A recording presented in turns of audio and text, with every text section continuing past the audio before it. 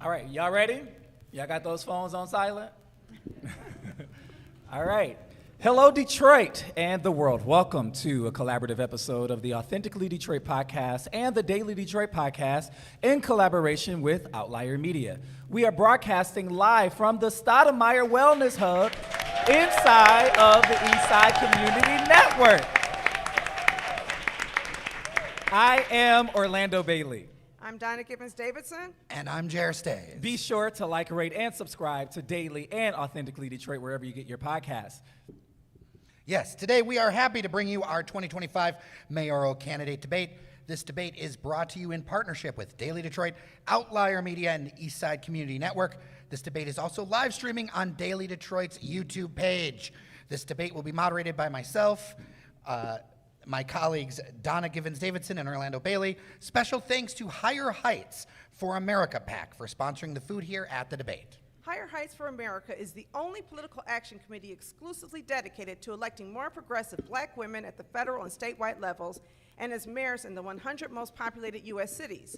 Both Solomon Kinlock and former Chief James Craig confirmed attendance for today's event before pulling out. However, you can still check out their interviews with Authentically Detroit anywhere you get your podcast. And once again, visit Menti.com and enter the codes 2365-9981 to participate in today's poll. Yesterday, Outlier Media rolled out our Meet Your Mayor quiz, which is a chance to see where you and all 9 candidates plus 2 write-ins stand on important questions related to safety, neighborhood conditions, housing, and more. Each candidate has already taken the quiz. Upon your completion, the quiz will tell you which candidate most likely aligns with your views. Special thanks to the City of New York for sharing this incredible resource with us. We hope that Detroiters will use this as they fill out their absentees or in the ballot box in August and November. Visit outliermedia.org to take the quiz today and get your match. Again, that's outliermedia.org. There is a live audience here, and they have promised to remain silent throughout the duration of today's forum, except for right now. Hear it out loud. Let's hear you, Detroit. Please help us welcome 4 of the candidates in the race to become Detroit's 76th mayor, Councilman Fred Durhal, Sontiel Jenkins, Todd Perkins, and Council President Mary Sheffield. The parameters for today's debate are simple. Each candidate will have the opportunity to give 2-minute opening remarks uninterrupted. We will direct questions to candidates, and they will have 90 seconds to respond. We will allow for 30-second rebuttals if a candidate makes a direct claim at another candidate if time permits. Each candidate will be allowed 2 minutes for closing remarks uninterrupted. We have randomly pulled names to determine who gets to go first. And Sontiel Jenkins, you have 2 minutes for your opening remarks. The order of candidates for opening remarks will be Sontiel, Councilman Fred Durhal, Todd Perkins, and Council President Mary Sheffield. So, Sontiel. Thank you. First of all, thank you all for hosting this debate, and thank you for what you do every day to make our city and our democracy stronger. I am Sontiel Jenkins, a proud Detroiter and proud candidate for mayor. I am running for mayor because I want Detroit to be a place where all Detroiters can grow, live, and thrive, not just survive. I want Detroit to be a place where children can achieve their highest potential, live out their greatest dreams. I want to be a mayor who is known as the champion for education across this city, because we need to have stronger schools to have a stronger city. And yes, I do know that the mayor does not control the schools, but in order to have a stronger city, we have to have an education system where all of our children can fulfill their greatest dreams. Frederick Douglass said it is easier to raise strong boys than repair broken men.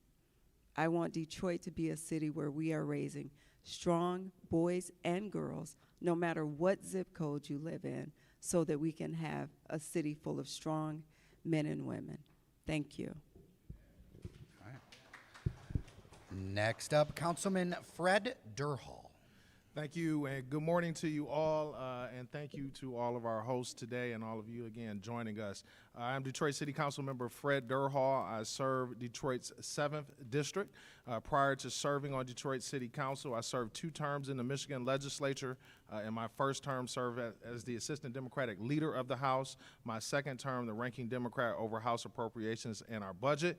Left there, went to work for the Michigan State Housing Development Authority for 2 years, helping folks get connected to paths to home ownership as well as affordable housing. And then ran for City Council, where I chair Budget, Finance, and Audit, and I'm the Vice Chair of Planning and Economic Development. I am running for mayor of the city of Detroit because we are in a critical time and a pivotal time here in our city. Our city has come a very long way, but we still have a very long way to go.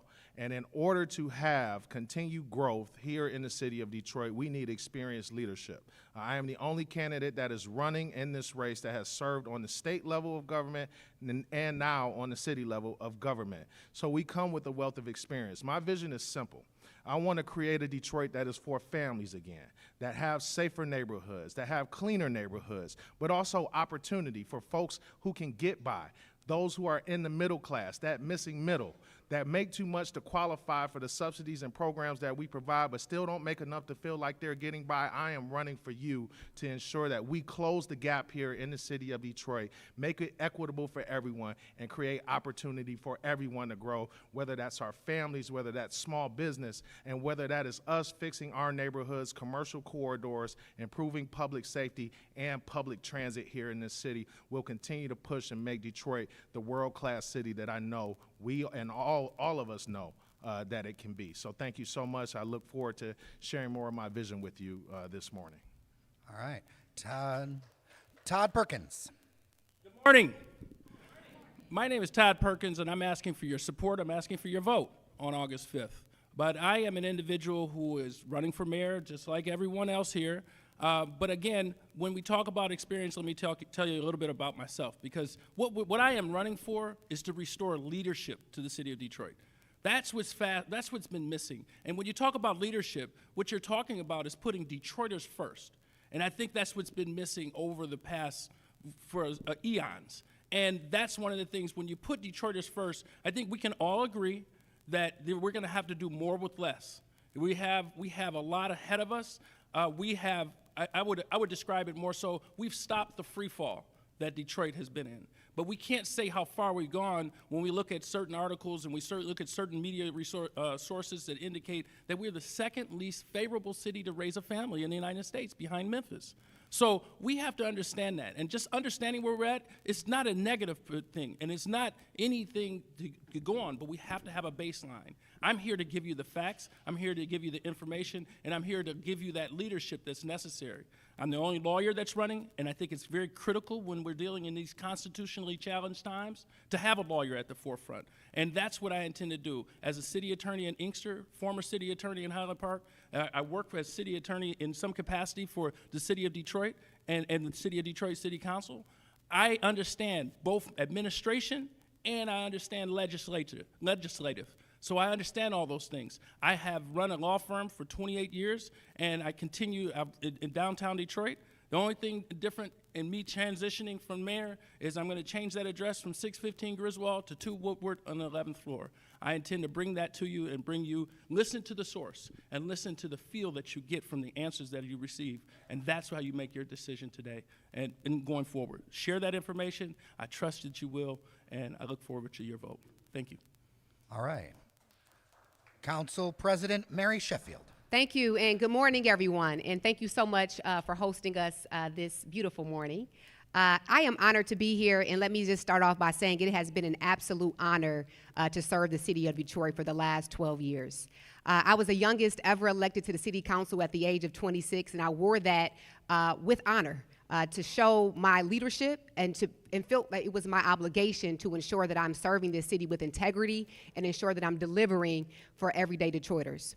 We have accomplished a lot, Detroit, together, whether it's saving the home repair grant program here in Detroit so our seniors have access to home repair grants, to ensuring that families now have access to an attorney if they're being evicted through right to counsel, to creating the city's first ever neighborhood beautification grant, where over 80 organizations have access to beautification grants to beautify their neighborhoods, or the first ever housing trust fund, just to name a few. But we know that there's still far more work to do.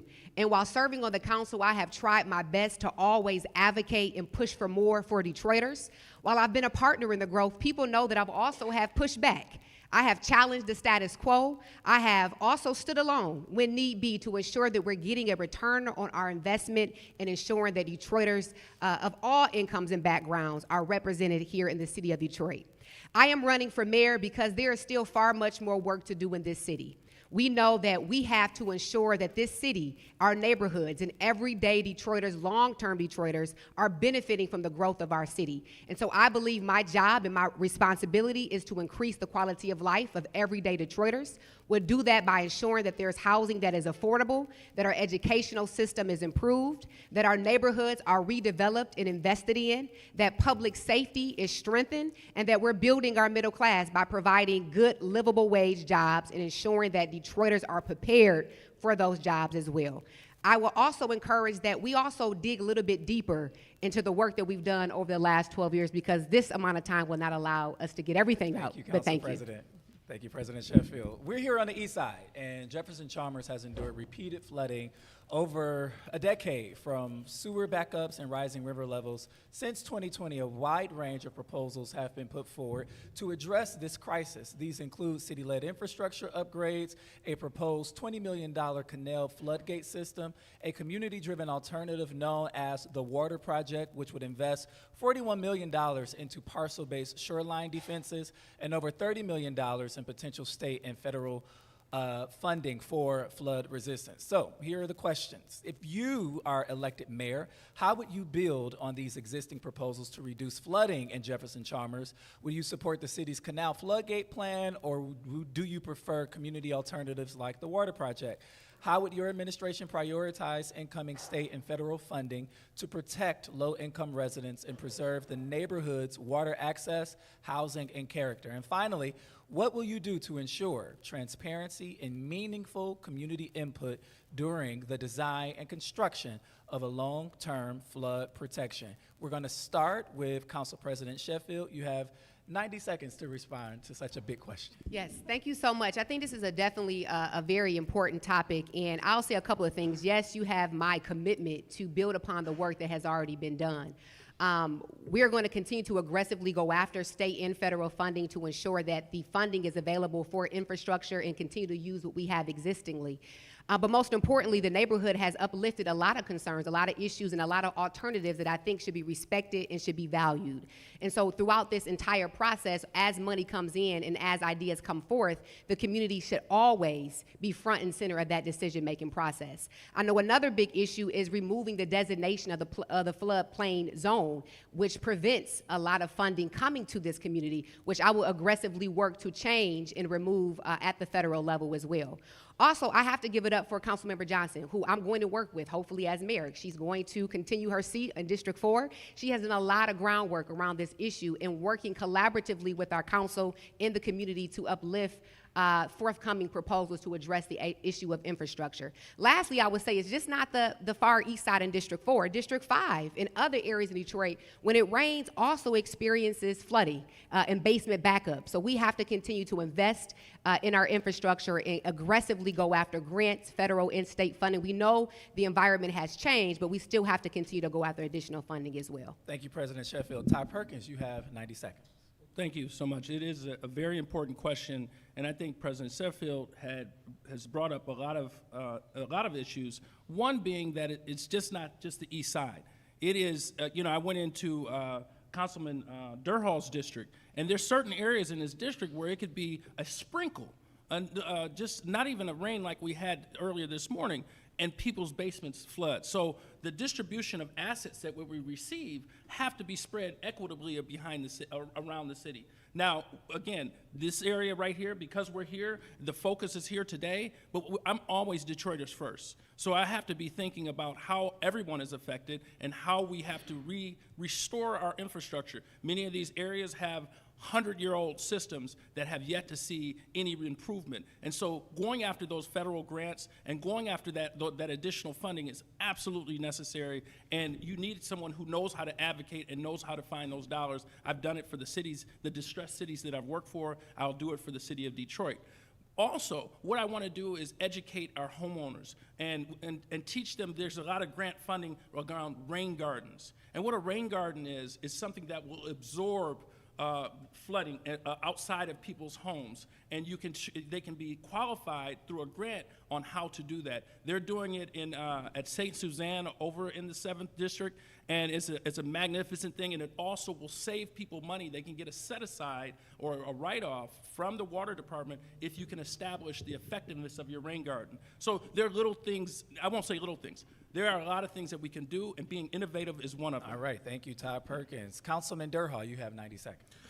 Thank you. I would say to you, this is a very important issue, particularly near and dear to my heart. The first half of my childhood, I grew up in the Jefferson Chalmers area on Ashland Street and had a canal in my backyard.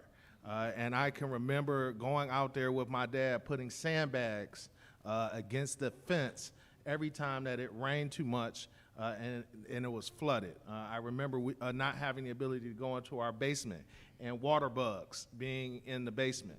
And that is the reality that some of our residents live with today. The problem is that we kicked the can down the road for too long. And we do have grant funding that comes here, whether it's federal or whether through the state. But we have not worked in a strategic, collaborative effort, even with our community partners, to design what that plan looks like for them. You talk about the Community Water Project. You talk about Jay Jurgensen, someone who has been boots on the ground. You talk about Councilmember Johnson as well in that district who represents that area. I think we have to listen more to that community and what they want to see, and whether that's adding more water retention basins, or whether that is investing more in a basement backup protection plan, or taking folks' designation out of the floodplain so when it does flood, they are prevented from getting FEMA assistance, right? I think those are comprehensive ways that we can move forward. But if we don't work in a collaborative effort to secure that funding, then put the money in the right places, we are going to have an issue here. And so I am going to be looking forward to sitting down with all the partners, developing a strategic plan. Thank you, Councilman Durhal. Santil Jenkins, 90 seconds. Thank you. I agree. I think that planning is going to be so important. It's why I will have a strategic master plan for each of the 7 districts, and the planning for District 4 will include mitigation for flooding. We will work with community organizations, and I think the solution, first of all, is a combination of multiple things. There isn't just one solution, especially as climate change continues to get worse. As a community, we will have to build more resiliency into everything we do, and that will require community input. It will require federal and state funding, and it will require us adequately using the funding sources that are currently there. There is currently over $300 million available for green infrastructure. We should be going after those dollars to help mitigate some of the flooding in this community, but also utilizing them for workforce development. So we're training Detroiters to do the work that is needed to reduce the flooding that is happening in the community. And then lastly, I will say that since 2020, we've received nearly $1 billion in infrastructure funding. We should have seen a lot of this work already done in the city. Thank you. So for our second question, we're going to focus on single-family neighborhood housing. Detroit has more than 30,000 vacant lots and thousands of empty homes. Yet, despite strong demand for home ownership, we've seen very little new construction or large-scale rehab of affordable single-family homes. Under Mayor Duggan, most public housing dollars and incentives have supported large apartment projects, and only a small fraction has gone toward rebuilding homes for families who want to own. Rehabbing a house or building a new one often costs more than it's worth, and without help to close that gap, many neighborhoods are left behind. So here is the question. If you are elected mayor, what specific actions would you take to increase the construction and rehabilitation of affordable single-family homes in Detroit's neighborhoods? Would you commit new public funds to close the appraisal gap? Would you change land bank policy, zoning, or permitting to make small-scale development easier? And how would you work with the state, federal, government, or philanthropic partners to make this happen?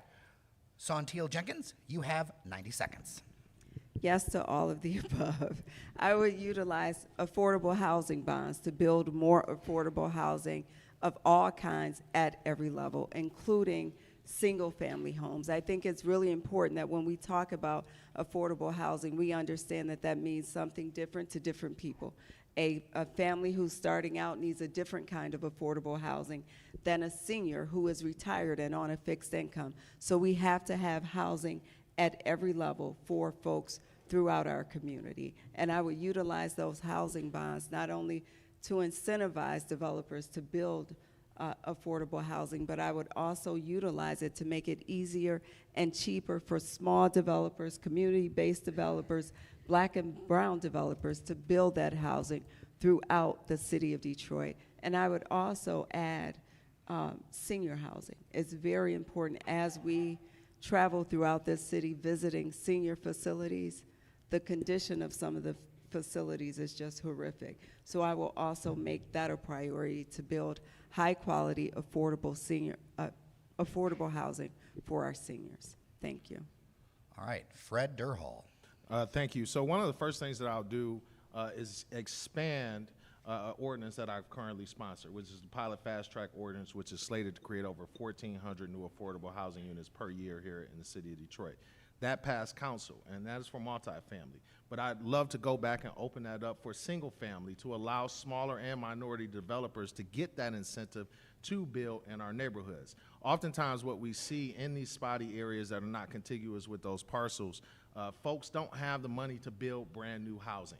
So we're going to need developers to come in, and as I talk to smaller developers and minority developers and groups like READ here, which is a Black collaborative of developers, they would love the ability to go into those neighborhoods and build that single-family housing with the same type of incentives that we provide to build multifamily housing. So we'll work to expand that. The second thing is that we have to work with our state partners such as MISTA. You know, I come from the State Housing Development Authority, and I've seen across the state where they have the opportunity to put infill housing in neighborhoods, as well as utilize modular housing in some areas where it's conducive. So we can do that here in the city of Detroit, because the most important thing that we have to do is rebuild neighborhoods here.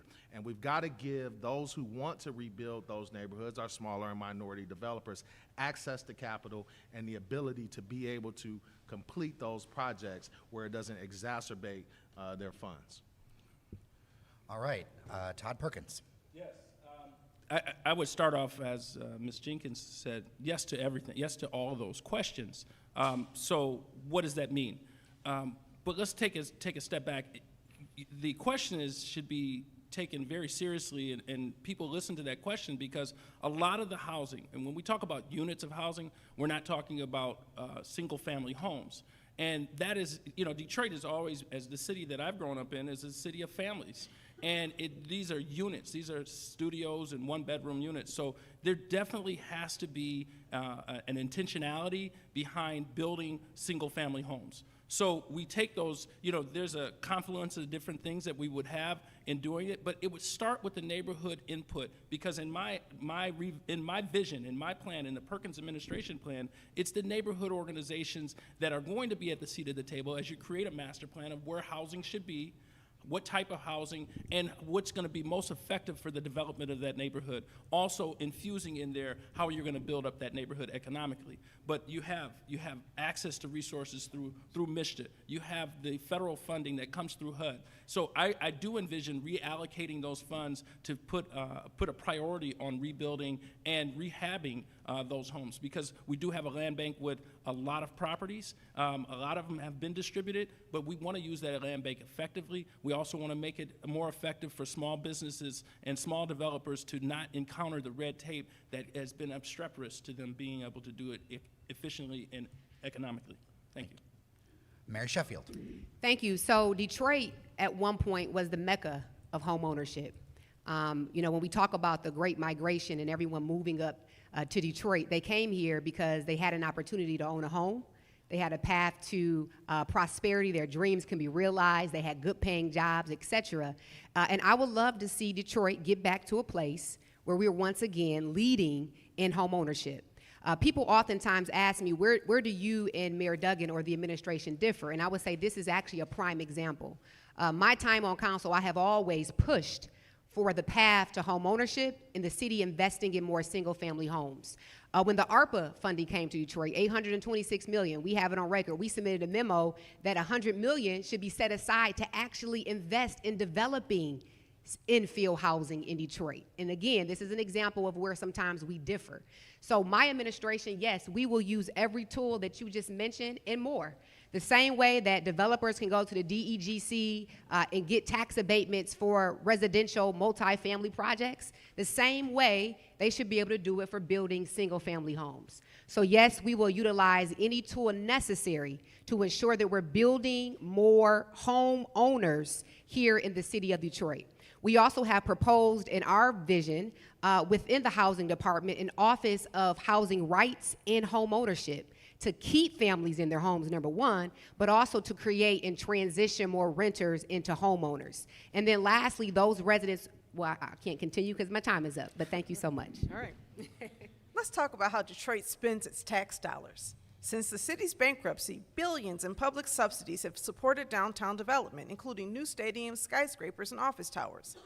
Much of that funding has come through the Downtown Development Authority, which uses tax capture to redirect property tax revenue away from schools, parks, libraries, and the city's general fund.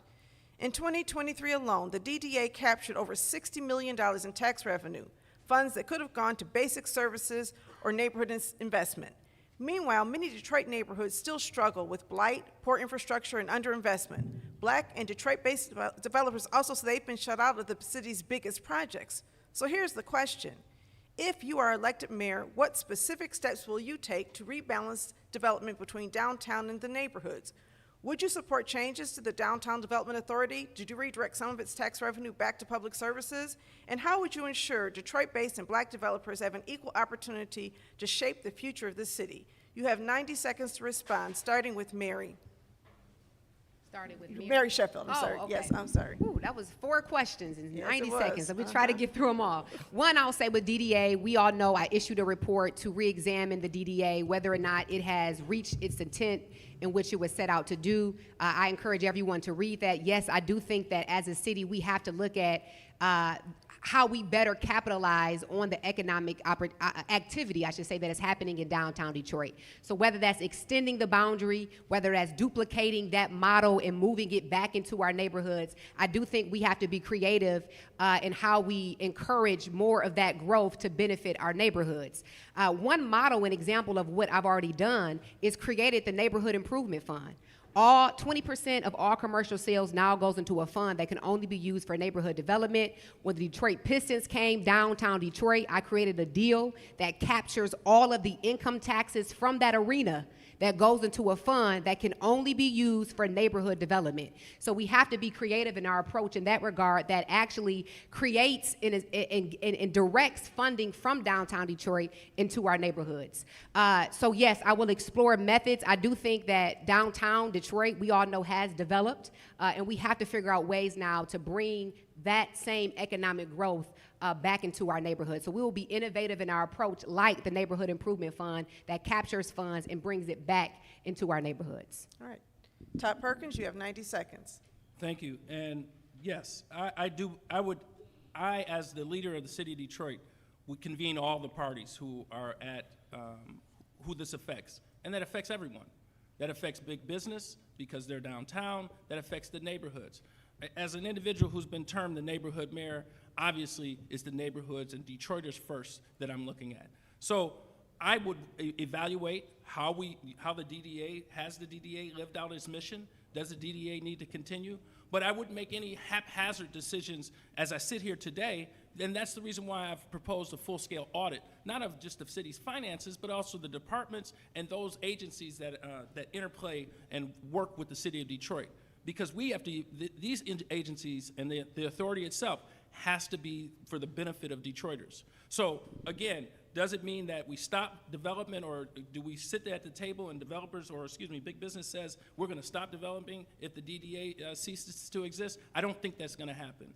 But through effective leadership and communication of all the people and all the players, there's one thing about it, and I have to take a segue, is that those people who are most affected, like representatives of the school system and of the libraries, and those people who are most affected by the DDA would have a seat at the table in how we design this plan and using that master plan to help develop our city on a long-term basis. So again, I am looking at all avenues and all access to resources as to how we can move forward. But to move so quickly and to say I'm going to dissolve it right now, I think that'd be haphazard.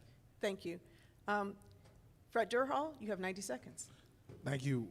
When people go to Nevada, they don't go there to go to Reno. They go there to go to Las Vegas. When people go to North Carolina, they don't go there for Raleigh-Durham. They go there to go to Charlotte. And when they go to Illinois, they don't go there to go to Peoria. They go there to go to Chicago. We want folks to come to the city of Detroit. And we've got to utilize every tool necessary. Now, does that mean we utilize the DDA for another 50 years? No. I think we can have a realistic approach of setting a sunset of when we stop utilizing the DDA. But right now, I would work to expand the DDA because I don't think it has went far enough. So when we talk about Gratiot, when we talk about Michigan Avenue, when we talk about Woodward, when we talk about Grand River, these are corridors that lead into our downtown that still need development, that still have opportunities for small business. And as we talk about regional transit and expanding regional transit to connect communities, we're going to have to build those corridors there. And so we'll have to utilize a tool like the DDA to be able to do that. But secondly, I don't think people get uberly mad just about development downtown. They're worried about the development that's adjacent to the neighborhoods that they live in. So we will be focused on creating commercial improvement authorities adjacent to those neighborhoods where they have walkable communities. They have access to fresh groceries, retail, pharmacy, a doctor's office, all within 1 mile of their home. And we'll have those corridor improvement authorities to improve the quality of life for those folks in that community. Santil Jenkins, you have 90 seconds. Thank you. First, I would not eliminate the DDA, but I would certainly support changing it so that school dollars and library dollars are not a part of the tax capture. Until we are able to level the playing field in the city of Detroit and make development more affordable for everyone, we have to have tools and resources, but we have to be more intentional about how we use those resources, which is why that strategic master plan is so important. My plan would involve creating this master plan with community development groups, with residents across the city, and we decide what we want to see developed throughout our city. And then after that decision is made, we would be going to developers and saying, District 4 has decided they want a movie theater and a grocery store and a bakery. If you can come here and build those things, we have incentives for you. So we would still utilize the incentives, but we would be using it to build the things that residents have said they want, and we'd be using them to incentivize developers to come to the neighborhood instead of waiting for developers to come to us and say, this is what I want to build, this is where I want to build it. Now you give me tax dollars to do it. Thank you. All right. Well, Detroit is facing a serious budget crunch ahead. The city must resume $135 million in annual pension payments and is running out of federal ARPA funds. Each of you has proposed a different solution, from taxing entertainment tickets or vacant land, to asking Lansing for a local sales tax, to avoiding taxes altogether and focusing on business growth or outside partnerships. So here is the question.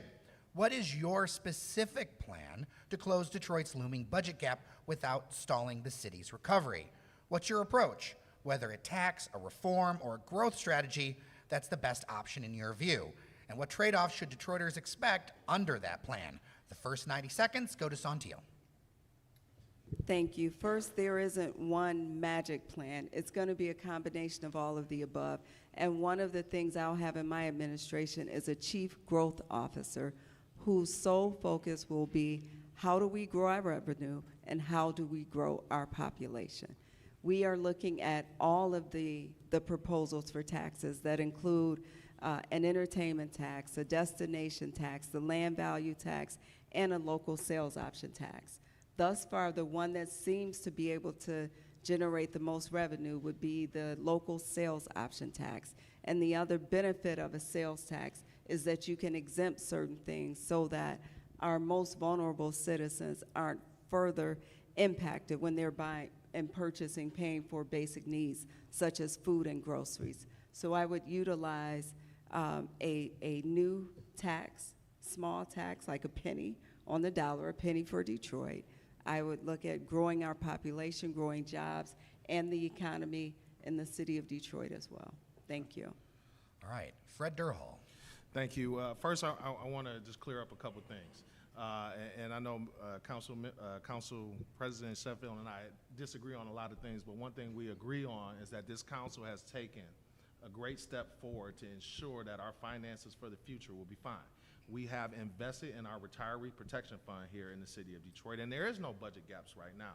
We've enjoyed surplus for the last couple fiscal years. It's trending down, but there's still surpluses. So that's important to recognize. But when we talk about tax relief, and we talk about generating new revenue streams, we have a comprehensive tax plan that we have just rolled out that will eliminate the operating mills by 19.5 mills and also charge speculators who sit on this land in our commercial corridors and our neighborhoods and have no plan on developing it, and they contribute to blight. We are going to tax them more and put more money back into the pockets of residents so they pay less. We have folks who own parking lots here, 50 to 60 spaces, and they generate $2 to $3 million per year in income but pay less in property taxes than our homeowners. That is insane. So we are going to tax them more. And we are going to get aggressive on blight here. So we are going to charge you 25 times what the property tax millage is if you're a contributor to blight here in the city of Detroit, on our commercial corridors, in our neighborhoods, on non-owner occupied homes. So when you talk about tax relief plans, and folks will have a couple ideas, this is the only plan that doesn't tax the resident. It taxes the bad actors. And that's what we are going to be focused on. Okay. Todd Perkins. Yes, I think that, well, not think. One of the things that Mr. Durhall proposes, I think, is going to create a bevy of litigation. We have to determine how we're going to assess these things. They're good ideas. I'm not saying that they're not.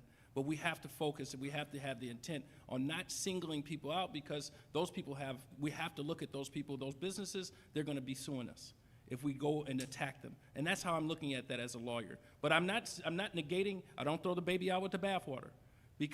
But I also believe that we can't tax our way out of the problems that we have. You know, Detroit, we already have a 2.4 municipal tax. We have some of the highest property taxes in the state. So we can't continue to tax, but if we focus on a poignant tax, on a business tax, to the extent, I know one of the things Mr. Durhall has always talked about is these parking lots that generate a lot of revenue. But I'm also looking at it to the extent that that revenue pays an income tax to the city of Detroit. I have to balance that too. But what I look at is, number one, is the full-scale audit. And I say this a lot, and I'm talking about auditing the departments, because I think that there's a lot of things that the administration has done that pay too much, and I think we're overpaid for the services that we have. So I'm going to focus on the four core things that we have to have in the city of Detroit, because Detroiters are not going to stand for less, and nor should they. That is public safety, education, affordable housing, and economic growth. Economic growth is coming to the city of Detroit. Whether you believe it or not, it is coming, and it will be here, and we'll talk about that later. Time is up. Thank you. Fred Durhall, we want to allow you 30 seconds to respond. Thank you. You didn't say anything bad, but it's good, but I still get a chance to rebut. What I would say is I think it's important to realize, to Attorney Perkins' point, we don't have to worry about getting sued, because any comprehensive tax relief plan has to go through the state legislature, period. And so when it becomes part of state law, it'll be in the state constitution, and it's not necessarily targeting an individual group. We are talking about the way that we tax land. We are talking about the way we tax underdevelopment here in our communities. And when we talk about income tax revenue, the folks that are owning those lots, they got 1 or 2 people that are operating those lots that don't even live in the city of Detroit. We're not generating any income Thank you, from it. Councilman Durhall. We do have to move on. We have to move on. We have to get President Sheffield's word on the question. Go ahead. You sure? I don't, yeah. So I believe that all of them should be thoroughly researched and studied. I think when it comes to bringing in and diversifying our revenues, which I've strongly talked about for quite some time, and we submitted memos and research is being conducted as we speak, that all of them should be explored, to be quite honest. And so we have talked about a local sales option tax. More recently, we started to talk about a half penny tax. We've looked at what Columbus, Ohio has done using that revenue for infrastructure and transit. So we just have to see what works best for Detroit. And I think that it's not going to just be one solution. There'll be multiple tools that we can utilize that will give a significant reduction, hopefully, in property taxes here in the city of Detroit. So I think all of them should be explored. I did also want to mention, I agree with Member Durhal on the budget because we've already made our first contribution to the pension fund, right? We've already done that, and we are still fiscally sound. We have a retiree protection fund in place, and so very confident in our ability to make those annual payments every year.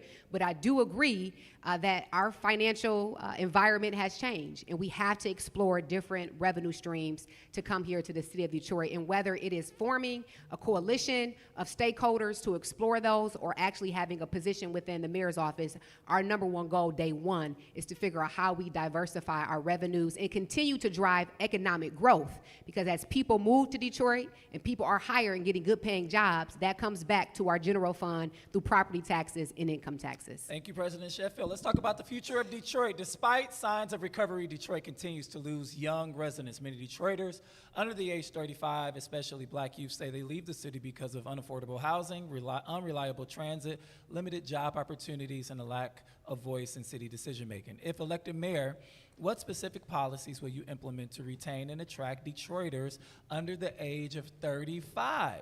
How will your administration promote housing affordability, expand opportunity, and make sure young residents, especially those in disinvested neighborhoods, have a real seat at the table? And finally, what role should young Detroiters themselves play in shaping the city's long-term population strategy? Council President Mary Sheffield, we'll start with you. You have 90 seconds.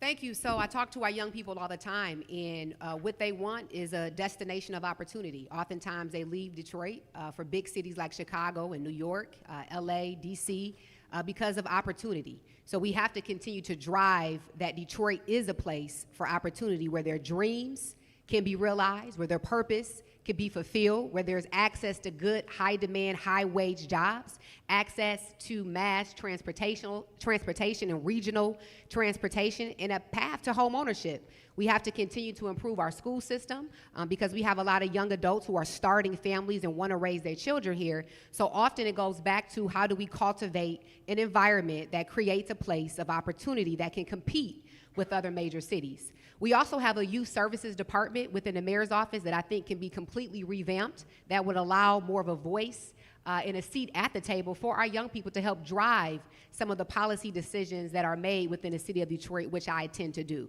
So again, I think ultimately, I should say, it comes back down to good housing, affordable housing and home ownership, a strong education system, improving our neighborhoods, and ensuring that we have mass and regional transportation to attract and retain young people here in the city of Detroit. Todd Perkins, you have 90 seconds. Yes. Again, these go to it starts with the 4 components. In our plan, we have a 13-point plan, but it starts with public safety, education, affordable housing, and economic development. So let me take them in the backwards from that 4 that I mentioned. One, I do believe in our plan is to having a youth council. I want to have direct access to youth, and I want to start earlier than just 18. I want to start from high school all the way up to 25 years old to have a youth council that has a say in the framework and the development of this particular city. I want them to be invested in this. As they go off to college, there's a fellowship program that's working through the mayor's office that definitely needs to be expanded so that these individuals understand they have opportunities within the city government, but also to expand it to work in a public-private capacity and give them access to corporations that are developing in our city. And so that's how you keep them. I have a son who's a junior at Howard University right now. My concern is that whether or not he's going to want to come back to the city of Detroit and ply his trade in computer science. And that has to be available. We know that people are coming to our city. Apple's coming to our city. So we want to make sure that Detroiters are first, And when we put Detroiters first, that's not only contracting, but employment and good employment, and making sure that we retool our society so that they have the retraining that's necessary to be able to have access to these jobs, so these corporations can't default and say, well, they weren't ready. We know they're coming, so let's get them ready right now. And that's my focus, and that's what I intend to do for those young people. Thank you, Todd Perkins. Councilman Durhall, you have 90 seconds. Thank you. There's a young, beautiful woman in the audience that's under 35. I dare not say her age, but she is my wife, who is an accomplished attorney. And we had this same discussion when she was in Washington, D.C., clerking for a federal judge, of me wanting to marry her and get her to move back here to the city, where a lot of her friends live in some of the cities that are mentioned. And in these discussions that I even have with professionals who have graduated from college, what they look to move to cities for is a place where things are happening.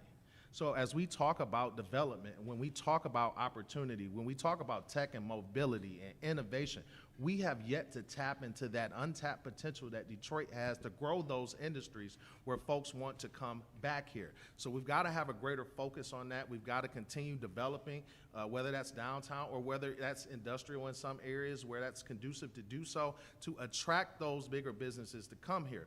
But we also got to focus on a couple things. There's a lot of talent that leaves here. Talent retention is important. And so we've got to create that path when our children are even in high school, okay, and start promoting, hey, we want you to come back here. How do we get you to come back here? Connect them to those jobs in that path, so by the time they graduate from the 12th grade, they know that they want to come back here and they know that where they can be placed. But we'll focus on regional transit, we'll focus on development and creating a place that's for families again, because that's what attracts, and that's how I had to convince my wife Councilman to come back Durhall. here. Santil Jenkins, you have the last word, 90 seconds. Thank you. I first want to give Councilman Durhall kudos on getting that beautiful young wife to come back here, because she's brilliant, and we're glad to have her in the city of Detroit. So it is a few things, but jobs, I believe, is the greatest factor in keeping young people here and attracting young people here. So we have to have the industries and the jobs of today and tomorrow. We have to be focused on building new industries and keeping them here. Right now, when you go to Black Tech Saturdays or you go to New Lab, there's probably 90 to 100 startup tech businesses there. As they grow and become too big for New Lab, we need to have options for them to grow and stay here in Detroit and hire Detroiters for those jobs, attract and recruit students from Wayne State and Michigan State and U of M who can come here, live, work, play, and then when you're ready to raise your family, there is quality, affordable housing available for you, because we've laid out a housing plan that is already in the works, and you can find an affordable housing in a safe, viable neighborhood for you and your family, and send your kids to a high-quality school. All right, let's talk about water. Water shutoffs have resumed in Detroit. Over 60,000 households are behind on bills. The Lifeline Affordability Program has stopped accepting new applicants, and the program is set to expire at the end of the year. Meanwhile, large corporate accounts with six-figure debts, including stadiums, golf courses, and state facilities, have largely avoided shutoffs. Critics say this violates the Volt versus Lansing decision, which requires public utility fees to be fair, cost-based, and serve a public purpose. Many Detroiters are asking, why are working-class residents losing water service while corporate users aren't held accountable? So here's the question. Why hasn't water affordability been a central part of your campaign platform? Do you believe it's fair or legal to shut off low-income households while large institutions don't have their water shut off? If elected, how will you ensure enforcement is equitable and that Detroiters can afford a basic human right like water? You have 90 seconds to respond, starting with you, Santil.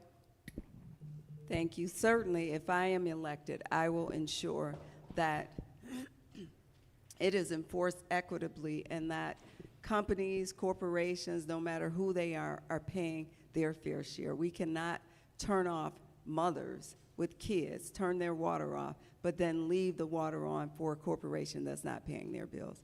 That is unacceptable. In addition to that, when I went to the Heat and Warmth Fund, one of the first programs I created was the Detroit Water Assistance Program, because so many Detroit residents have been struggling with water affordability. I'm really proud that that program has helped thousands of families across this city and now across the state, because I was able to lobby our state legislature and get state funding to expand the water affordability program. And we're also providing minor plumbing repairs as well to create long-term savings for families.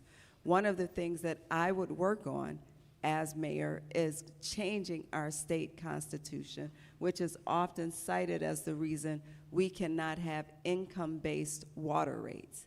We've changed our constitution many times to make it more applicable to where we are in today's world. We could change it again to ensure that Detroiters are able to pay their bills based on their income, and that the energy burden does not continue to fall on our most vulnerable residents. Thank you. Fred? Thank you. We don't care who you are and what type of business that you run. If you have an unpaid water bill, we are going to collect, and we need that money and we need that revenue. But we do want to provide opportunities for folks who cannot pay. And I think one of the things to really notice is that in this past legislative session, there was a package of bills in the Michigan legislature for water affordability that did not pass. As mayor, we will go to Lansing and ensure that those bills get across the finish line, unless they beat us to it by January, to ensure that we're delivering a level of affordability for our residents here. But we've got to work to get funding to expand some of the programs that we have. The Lifeline program is an amazing program that still allows folks to keep their water on while still paying a percentage of what their bills are. However, we've got to look deeper into that, because paying just $25 a month and you have a $6,000 water bill is not going to get you where you need to be, because you're still going to incur costs. So we've got to be more aggressive on grants, federal or otherwise, to ensure that we can deliver savings to the folks so they're not stuck in debt and it doesn't continue to be a perpetual cycle for them here in the city of Detroit. And as mayor, we will work to do that and go get more funding from DC, from the state, and pass those water affordability plans, but also look at how we lower the cost of water for our residents, whether that is drainage fees, which is a huge issue here in the city of Detroit, work to develop green space and other methods to help them lower their water bills. Thank you. Todd? Okay, so, you know, a lot of the questions that you asked, and I think that question is really rhetorical. The answer is absolutely, people are going to be treated fairly, if not better, than corporations. I mean, it kind of makes you mad as hell that that even exists. The idea that other people would see six-figure bills are not subject to shut-off, but you have low-income families and families with children who are subjected to this. That's unacceptable. I don't even think that's constitutionally permissible. And I think about what happens when people do that. I mean, I would be, you know, to the extent, I don't have all the access to that information, but, you know, having, on this journey of looking to lead the city of Detroit, I learned so much, and I learned from the people, and I look into the faces almost of despair. And that's one thing that's just unacceptable. So the answer to that question is absolutely everybody will be treated fairly, but what I'm going to do is align our resources with our public-private partnerships and those nonprofit efforts to align them and direct those individuals who are having those problems. All of the things that have been said so far by all these candidates are things that you can do, but we're talking about to change the Constitution. Do you understand what that takes? It takes a vote of the city, or the vote of the state, and so we have to change those things, and it takes time. People's water is getting shut off right now, and that's what we can't accept. And so I will do anything to make sure and evaluate how we determine how families' water is shut off on a case-by-case basis. And it's a lot of work, but we're willing to do the work for the people. Thank you. All right. And finally, Mary. Thank you so much. Water is a human right, plain and simple. It is a human right.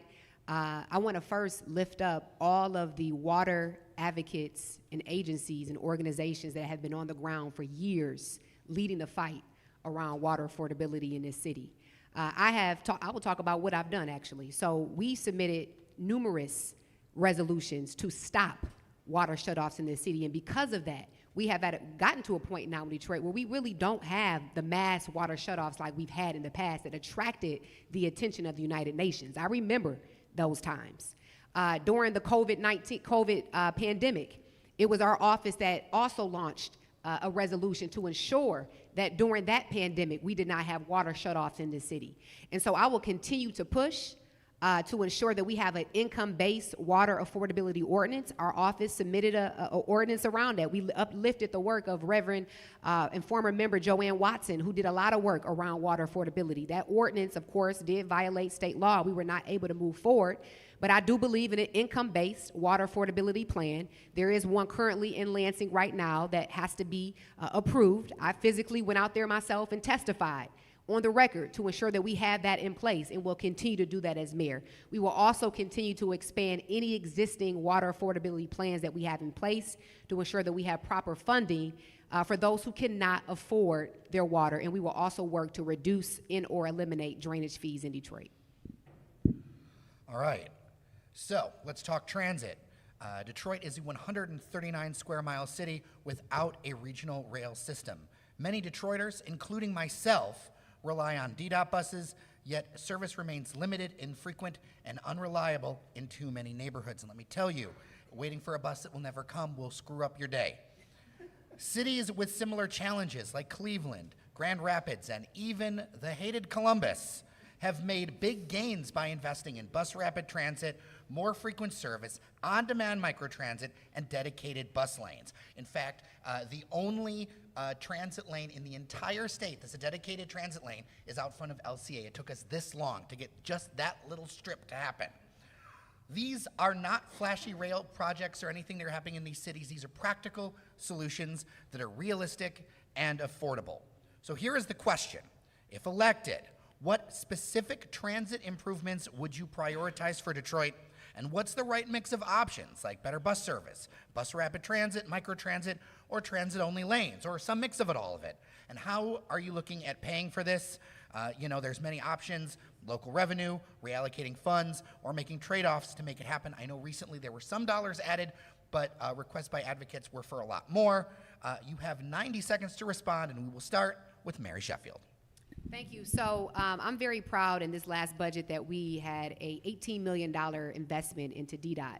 And we are going to continue that effort. I fully support DDOT Reimagine, which is a strategy and a framework that has been uplifted by writers and advocates. The goal was to implement that by 2030. We're going to try to accelerate that as much as possible. But we have to continue to invest in DDOT drivers, our mechanics, all of the staffing within DDOT, and ensure that we have the proper amount of fleet to increase reliability and frequency. We want to ensure that people have the ability to get to and from where they need to go in this city in a timely fashion. And so I believe in investing and having a robust Department of Transportation, and ensuring that we're exploring more frequencies on our commercial corridors, more 24-hour services, more weekend services as well too, to ensure that people have as much options as possible to get to and from here in Detroit. Lastly, I would say that we know that economic opportunities and where people need to go beyond just city limits. And so we have to continue to have a regional approach, regional collaboration, and conversations around how we ensure that Detroiters can get to opportunities outside of Detroit. And also not residents, but others can get to our city for economic opportunities, and that takes a regional approach. So we will continue to explore all of the options that you mentioned, particularly bus rapid transit, a dedicated line, and ensuring that all of our existing routes and hopefully expanding routes have more frequency and reliability for those who currently ride the system.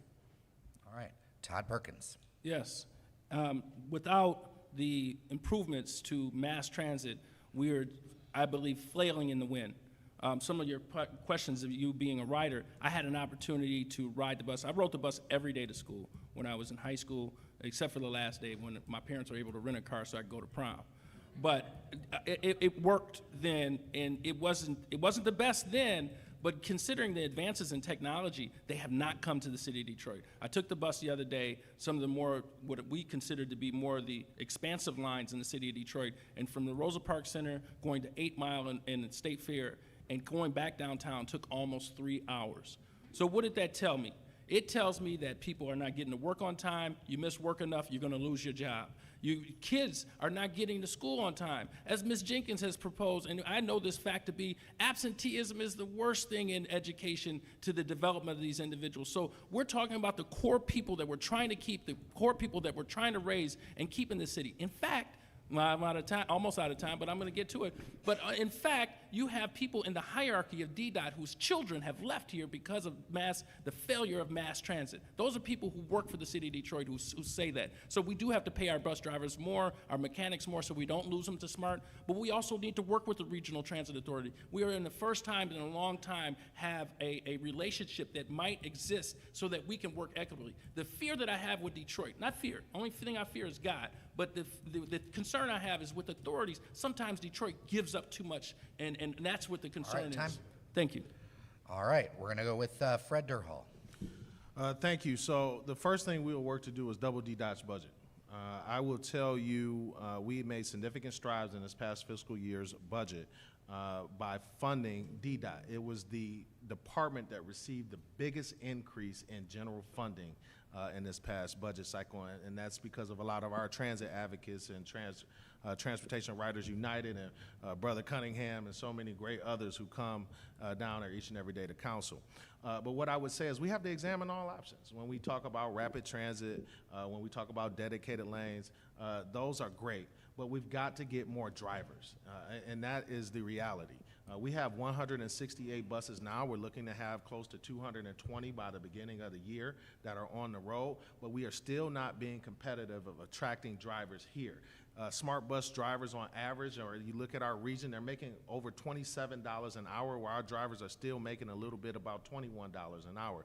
We have to become more competitive here within our region to make sure that we are hiring more drivers, because that also improves the rider experience. We also have to examine routes. It should not take 40 minutes to catch a bus. I don't care what line that you are on. 40 minutes is entirely too long. And so we want to be able to add more buses to those routes, and we want to make sure that we're examining the efficacy and efficiency of those routes by doing traffic studies, because that's going to be important as well, to make sure that we are picking folks up on time, that we have enough buses to deliver them to where they need to go. Time's up. All right, thank you. Sontil Jenkins. Thank you. The first thing we have to do is change the culture of how we look at public transit in the city of Detroit. In the Motor City for decades, we've been taught that you should have a car, and if you ride the bus, then you must not be doing something right, or you're poor. This is a transit system for poor people. No, it's a transit system to get people to and from where they need to go. It's a transit system that is more environmentally friendly. It is safer because you're not running into the back of anybody if you're texting while you're on the bus. So we have to change the culture of public transit in the city of Detroit and get more people on buses. But in order to get people on buses, we have to create a system that works. So I agree with Durhal, 40 minutes, a bus coming every 40 minutes, there's no way I would have been able to ride 2 buses to school, which is what I did to get to Cass Tech, if they only come every 40 minutes. So we have to increase the frequency of routes. We do have to pay our drivers more money and our mechanics to keep buses on the routes. But then we also have to have multimodal transportation. So the strategic plan that I talked about would include transit hubs in each of the 7 districts that are a smaller version of the Rosa Parks Transit Center, and it would have our traditional buses, but smaller shuttles. It would have scooters, that I hate those scooters, but people use them, so we should have them. It would have bikes as well, so that we can have all options for people. All right, thank you. We're going to move now to environmental justice. If you pulled into this parking lot, you probably saw the Stellantis plant. Detroit's recent Stellantis plant expansion has been celebrated for creating jobs, but it comes at a steep cost to nearby residents. The expansion increased truck traffic, air pollution, and noise in neighborhoods that already have Michigan's highest asthma hospitalization rates. Some of these actions actually violated Detroit's published zoning ordinance, upzoning the St. Jean Conner Creek Greenway from a buffer zone to intensive industrial, which should not be done adjacent to a residential neighborhood. Residents have not stayed silent. We signed petitions, testified at public meetings, and demanded protections from the city, the state, and the company itself, including buffer zones, emissions monitoring, and mitigation commitments. Yet many of those demands have been ignored. In the end, the jobs came for some people, but the promised environmental safeguards did not. Other cities like Louisville and Newark have required industrial developers to fund home air filtration, create green buffers, and/or contributed to health and emission mitigation funds in overburdened neighborhoods. So here's our question. If elected, how will you balance economic development with the environmental health of Detroit residents, especially in Black and low-income communities that already bear the brunt of industrial pollution? How will your administration hold corporations accountable for mitigating harm, and what will you do differently to make sure community voices aren't ignored next time? You have 90 seconds to respond, starting with you, Santil. Thank you. I know I keep talking about a plan, but this is one of the reasons the plan is so important, so that the community has a say in what the future of your community looks like. If we had a plan in place, I'm sure that this community would not have said, you know what I want as part of our master plan? A factory that's going to increase pollution and may or may not hire some Detroiters. So we have to have that plan in place, and we have to respect the wishes of residents once it's in place. That's the first thing. The second thing is accountability. So in the development agreement, there should have been some very concrete plans for mitigation for air pollution, for truck traffic, and then accountability measures for if and when they are violated. Yes, it's important to have a truck traffic ordinance, but we should have had that as a part of the planning and the development. It's important to make sure we're measuring air quality. All of those things should have been a part of the agreement up front, and the agreement should have had enforcement clauses and clawback clauses in there as well for any tax incentives that we could claw back if you violated the agreement in any way. All right, Fred Durham. Thank you. And I will say I think a clawback is important for folks who violate any incentives or agreements that we have. I think it's important, though, to focus when these deals and these conversations start, setting the expectation and setting the tone of what development here is here in the city of Detroit. I know at the council table we have made significant strides. We supported a resolution against Atlantis.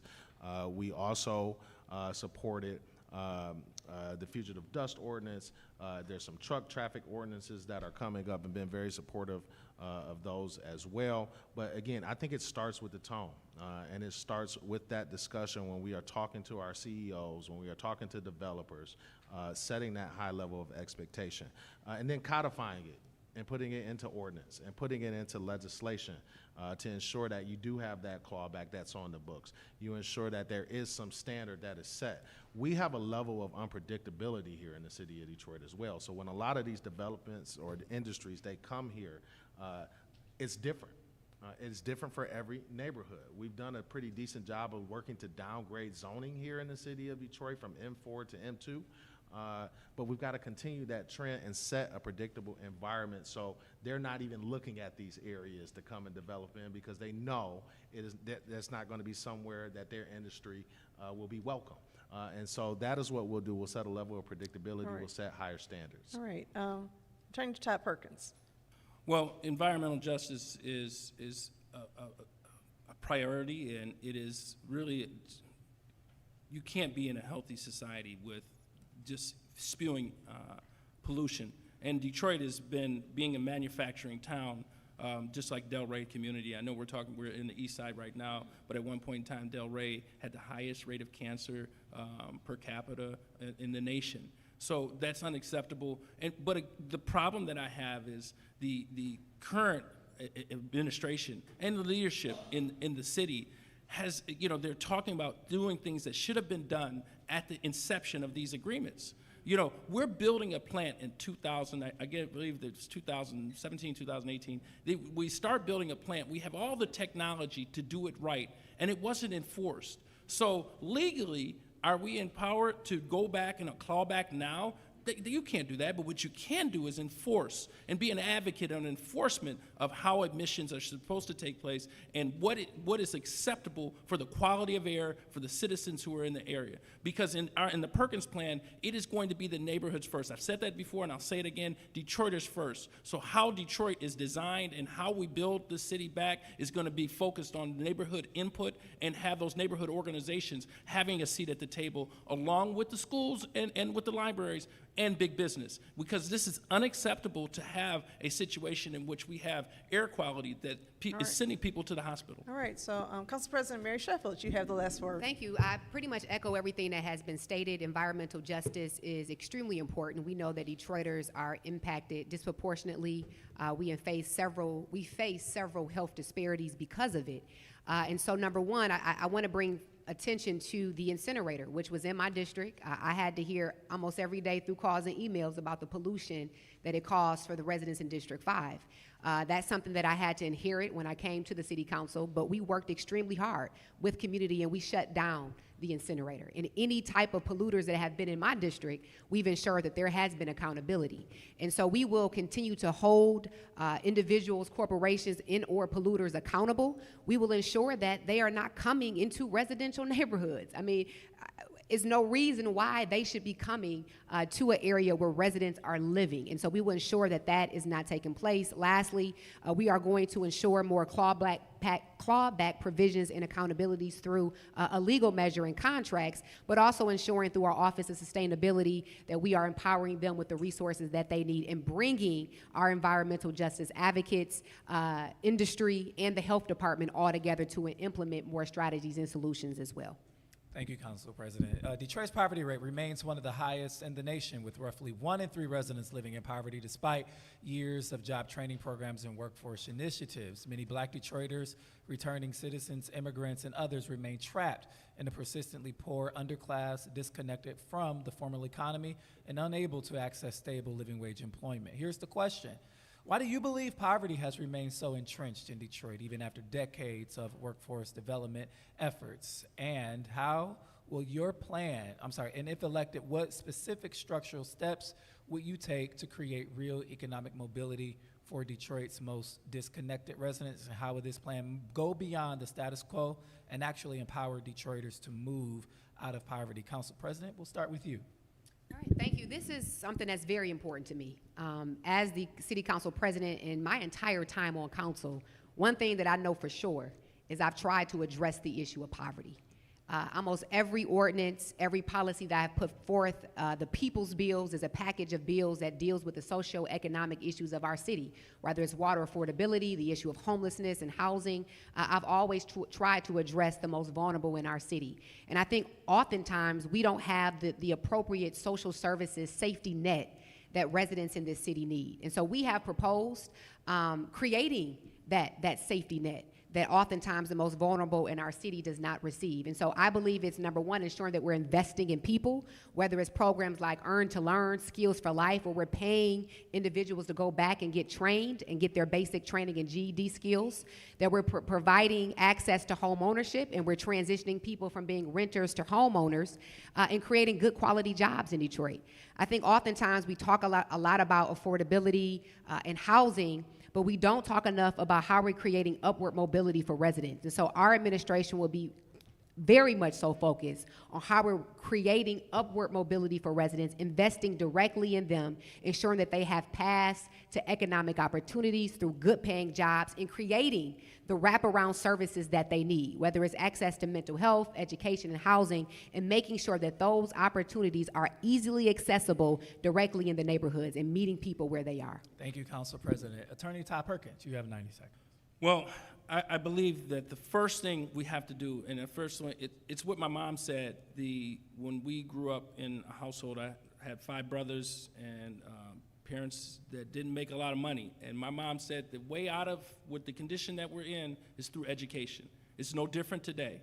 And bringing that education, again, and as Ms. Sheffield said, meeting people where they're at, and applying and supplying them with the educational, the retraining, and the retooling, so that these jobs that are coming, that corporations just can't check the box and say, well, you don't apply or you don't fit this dynamic of what we're looking for by your training and your skill set. Focusing our intentions on those people who are returning citizens, and not only our youth, but we also have to look at individuals who are older, who want to take advantage of these higher paying jobs. I'm not talking about jobs, we're talking about careers. So let's change our mindset. We want to offer people careers and opportunities to raise a family, to purchase a home. Because you can build all the affordable housing you want, but But if they can't afford it, it's not affordable to them.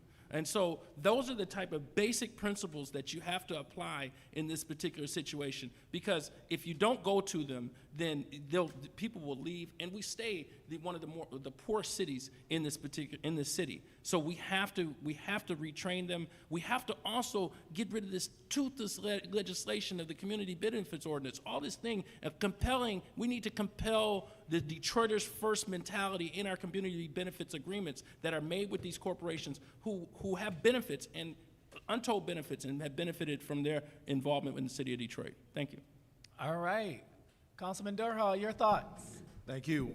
So education, opportunity, and then connectivity to that opportunity. We talk a lot about programs.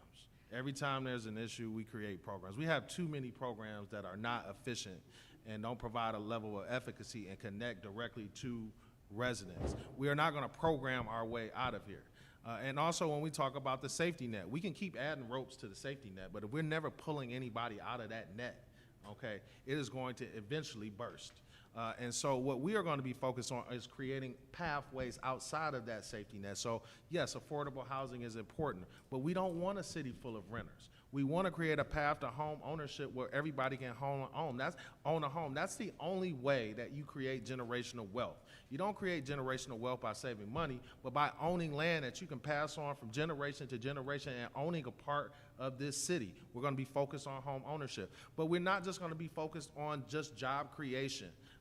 We're going to be focused on giving folks those skills at an earlier age. When we're talking about our kids right now in our educational system, we are doing them a disservice. They should know by the time they graduate in 12th grade if they're going to be an entrepreneur, if they're going to be a member of our skilled trades community, or if they are going to go to college. And if they want to choose any one of the three, they should have the opportunity to be connected to that. And so we'll start at an earlier age by developing individualized learning plans for each student right now. And for the folks who are not there, we'll provide those wraparound services for the parents to get them trained as well and get them re-implemented into our workforce. Santil Jikas, you have the last word. Thank you. As the only social worker in this race, this is an issue that I have studied extensively. And I think there are two things that we need to focus on. The first is part of the reason that our poverty rate remains so high is that as people do achieve and increase their income and their wealth, often they leave. So we have to find ways to keep them here, and then we have to create upward mobility for the folks who are still here. And that's why I want to be a champion for education in our system. It starts early. We have to invest in Detroiters from cradle to career and beyond. And that is making sure that we have the training programs for kids who don't want to go to college. When you leave, as Durhal said, you should have a career pathway through, whether it's trades, whether it's college, whatever your career pathway is, you should know by the time you graduate. And the mayor should partner with the schools to create those training programs that make sense and work. And we need to retool our training programs so that we're training people for real jobs and career pathways of today and tomorrow. We should be asking businesses, what are you hiring for today, 12 months from now, 5 years from now? And our workforce training programs should be focused on making sure Detroiters are prepared to answer that call. Thank you so much, Santil. All right, we're going to talk about infrastructure and neighborhood equity. Over the past decade, Detroit has upgraded streets, sidewalks, parks, and storefronts in select areas through the Strategic Neighborhood Fund, focusing investment in 10 neighborhoods. In those places, we've seen real transformation, but other communities are still waiting for repairs, flood protection, and upkeep. Meanwhile, demolitions have left behind tens of thousands of vacant lots, many of which are poorly maintained, and aging stormwater, sewer, and street systems continue to break down in neighborhoods. So here is the question. If elected, how will you ensure that all neighborhoods, not just the few chosen for investment, receive equitable upgrades to infrastructure? And what will you do with the Strategic Neighborhood Fund? Continue it as is, revise it to include more, or replace it with a citywide approach? We're going to do 90 seconds, and we will start with Santil. definitely replace it with a citywide approach. That's what I keep talking about, the strategic master plan for the entire city that accounts for each of the 7 districts. It's really important that planning and resources are equitable across the city. And what that looks like will be different in each neighborhood. What it looks like will be different in each district. But what I would commit to throughout this planning process is to ensure that we're making improvements along the way. It might take 2 years, it might take 3 years to complete the plan, but within the first year, you'll see some improvements. In the second year, you'll see more improvements. In the third year, you'll see some additional improvements. So it is important that no matter what zip code you're born in, what neighborhood you grow up in, that you're able to see a city that puts you first, that prioritizes you. We can't say families, children, seniors are a priority, but only if you live in 10 neighborhoods. We need to say that Detroiters come first in all that we do, and that's what I would do as the mayor. All right, Fred Durhall. Thank you. I think you would tell a lot about what a person will do by what they've done. I walked into a district that hadn't had development. That's the area you're talking about. We had 0 recreation centers. We had no new job growth. The last new housing that we had was the old Herman Gardens that turned into the Garden View Estates. And there was little opportunity, even on our streetscapes on Dexter or Warren. And now we've got 2 new recreation centers, both totaling over $30 million of investment. We created 400 new jobs and turned an old vacant building for 20 years into an automotive supplier for GM. And we've had over $30 million of affordable housing in my district alone. And really because I've been very pointed, saying that our district needs this and being very vocal and aggressive about it. And I'll be aggressive as mayor for each of those other communities who have felt forgotten. Simply, we will take a citywide approach, not just based on density of those neighborhoods, because the fact of the matter is, I don't care if it's 5 people living on the street, those 5 people are still paying taxes and they live on the street, and they deserve the same amenities as everyone. And so we'll focus on corridor improvement authorities. I have said it, I want to create a main street in every neighborhood here in the city of Detroit that creates walkability where folks have access to those groceries, access to retail, sit-down restaurants, and everything that improves their quality of life. We are going to implement that, again, in every neighborhood here in the city of Detroit, and we're going to start by focusing on some that have been forgotten to ensure that they are feeling the growth of Detroit. Thank you. Todd Perkins. Yes, I think that when you look at the infrastructure improvements, and having talked to, particularly when we talk about Livernois, I've talked to a lot of business owners along that way, and they weren't consulted about how that street was redeveloped. So we need the input. Before we make these changes, again, we have to bring the neighborhood to the table. They're the ones who are indigenous to these particular areas that they lived in, and we want to grow it around them and not without them. And what we have to focus on is not displacing Detroiters and Detroit businesses. You know, a known fact is that from 2000 to 2020, 295,000 black people left the city of Detroit. Now the people are coming back, most of those individuals from that demographic are white. That's not a problem, but no one's asking the questions as to why they left. No one's talking about that. So we have to be focused on that and bringing the neighborhoods to the table. I do look at not disrupting the source of funding for the Neighborhood Improvement Fund, but from a citywide perspective. And it should be done by the districts. But the city's focus should be on those areas that have seen the least attention, because we want to let them know that those individuals matter. It just let them know that we're here, we're coming, and there's going to be development. But it has to take their input. We have to seek their input on how it's done, but also along with business being at the table. Just as well as those businesses downtown who have enjoyed building up downtown, we're going to make them enjoy building up our neighborhoods and create these commercial corridors that I think every candidate, there's no one up here who would disagree with that, the building up these particular neighborhoods with some economic vitality in it. That's what it's going to take for them to survive and keep these people here. Thank you. Mary Sheffield. Thank you. So to answer your question, yes, I think the Strategic Neighborhood Fund should be citywide. That's a way to leverage additional funding to bring investment back into our neighborhood. So yes, it will definitely be a citywide approach. I will continue to invest and hopefully expand the Neighborhood Improvement Fund, and also the beautification program that I started that, again, has went back into neighborhoods. And these are organizations and block clubs who are looking for funding to beautify vacant lots, to create community projects and gardens. Again, we've given over $4 million to over 80 block clubs citywide. We will continue to expand upon that program. But when we talk about neighborhood development, one thing that is near and dear to my heart is neighborhood infrastructure. And that is our generational Detroiters, those who have been in their home 30, 40 years, who are looking for home repair grants to fix their home. One thing under my administration that I will continue to push is the need for us to continue to provide access to adequate home repair funding for our seniors and disabled in the city of Detroit. We will also expand upon the 0% interest loan program. I'm not a big fan of it, but some people utilize it. But I do think that those residents who've been here, who are not going anywhere and who are in need of repairs to their roof or their wall or their front porch should have access to funding to support their needs. Also, basic things like sidewalk repairs, dead and dangerous trees, the cleaning of alleys. These are things that oftentimes overlooked communities are still complaining about that I believe we can enhance those city services as well, and that are very important to me. And all of those neighborhoods should get the attention that they deserve because, again, they pay city taxes and they should receive the support that they need.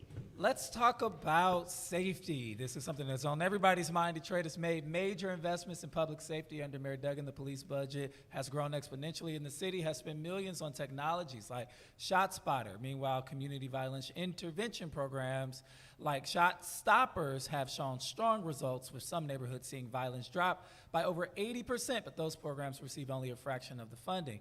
At the same time, Detroit's Police Commission has a backlog of over 2,000 unresolved complaints against officers, and many residents say police are unresponsive and sometimes disrespectful. Here's the question. If elected, how would you rebalance Detroit's public safety strategy?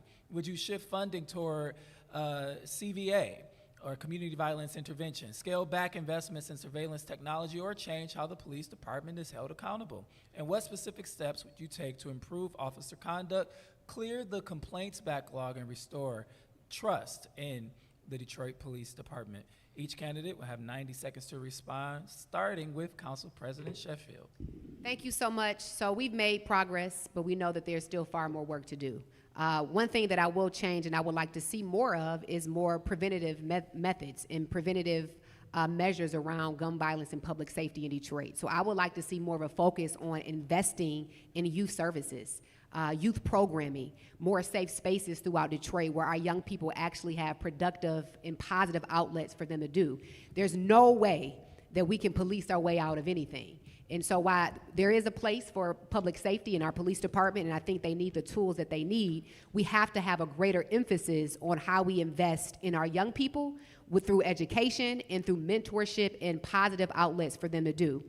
Secondly, I would love to see us focus more on community policing in a way that builds trust with our community. While we've had significant increases in gun violence, we still have a large amount of people who call our office, for example, for property crimes, auto theft. And so I think that there could be a lot of progress made in reducing response times and really enhancing community policing around the lines of building trust with our community. And then lastly, proper training for our police department, culture sensitivity training, and ensuring that they have the proper training to reduce the complaints and empowering our Board of Police Commissioner with the resources that they need to reduce that backlog is also important.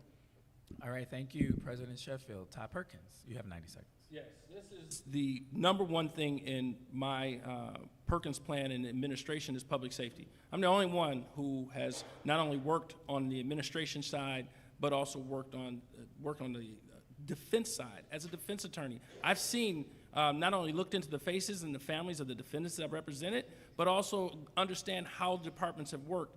And it does need to, again, in our master plan and in coordination of creating how we police our areas, it's going to not be a one-size-fits-all for the city of Detroit. Because we can always agree, I've said this many times, the way that we police on 6 Mile and Gratiot is going to be different than you police in Sherwood Forest. It just is. It's a matter of fact. I don't think anyone disagree with that. So what does it take? It's going to take the input of the community sitting at a table as you create a master plan for public safety in that particular area. You're going to have one, you're going to have intervention and prevention. We're going to put more dollars into that because it's easier to save and prevent the event than the aftermath and the social costs and the direct economic cost to our environment once somebody has committed an offense. What we want to do is through the intervention, you're going to have the mentoring, you're going to have the tutoring, but you're also going to have the community component of policing and also using and working with DWIN and partnerships with Wayne County to provide more mental health services. Because every time a 911 call is made, it does not require a law enforcement officer to appear with his gun drawn. These people need help. Thank They you, don't need Todd Yes. Perkins. Councilman Durhall, you have 90 seconds. Thank you. So as the chair of the Gun Violence Task Force, I've been very focused on helping CVI grow. We were instrumental in the creation of the Shot Stoppers program, which was a $10 million program at its start. And just this past fiscal year's budget, we added an additional $3 million to the Shot Stoppers program to ensure that they continue until we can find a bigger and larger sustainable funding source. Hopefully we're getting that passed through the Public Safety Trust Fund in Lansing. What I would say in regards to our police department, yes, I think we still need to invest in tools. There are a lot of folks who say they don't like green light, or they don't like license plate readers, or they don't like shot spotters.